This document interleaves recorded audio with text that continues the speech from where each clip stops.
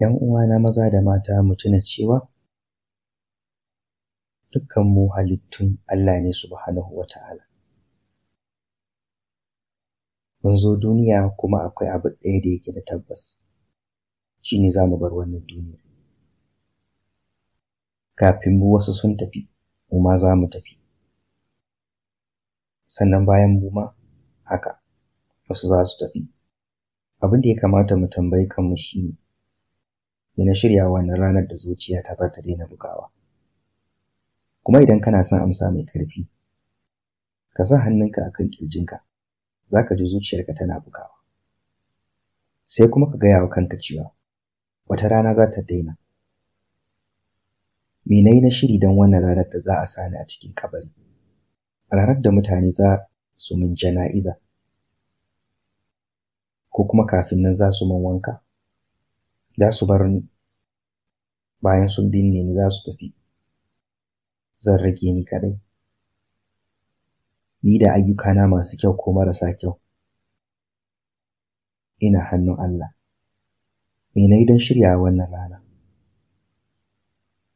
Wani shiri na yi na ranar da za a mayar da ni cikin ƙasa, ta yadda idan wani ya sake haka kabarina ba zai ga komai ba, sai dai ƙasa da ƙura, wataƙila wasu ƙasusuwan ma sun lalace. Wani shiri na yi wa wannan ranar? Wani shiri na yi wa ranar da za a tayar da ni a zo da ni gaban Allah subhanahu wa ta'ala?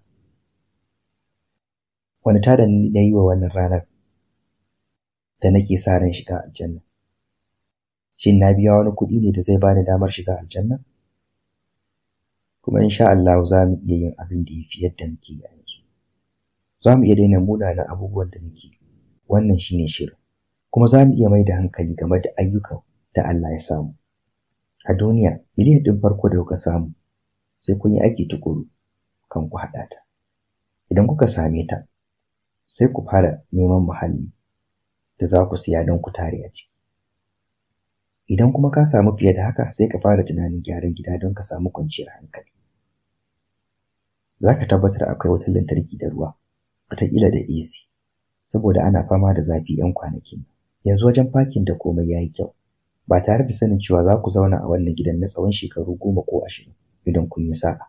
Mutane da yawa shekaru 20 na farko ana kula da su a gida, shekaru 22 suna tare da ma'aurata, shekaru 23 za su iya zama zaurawa.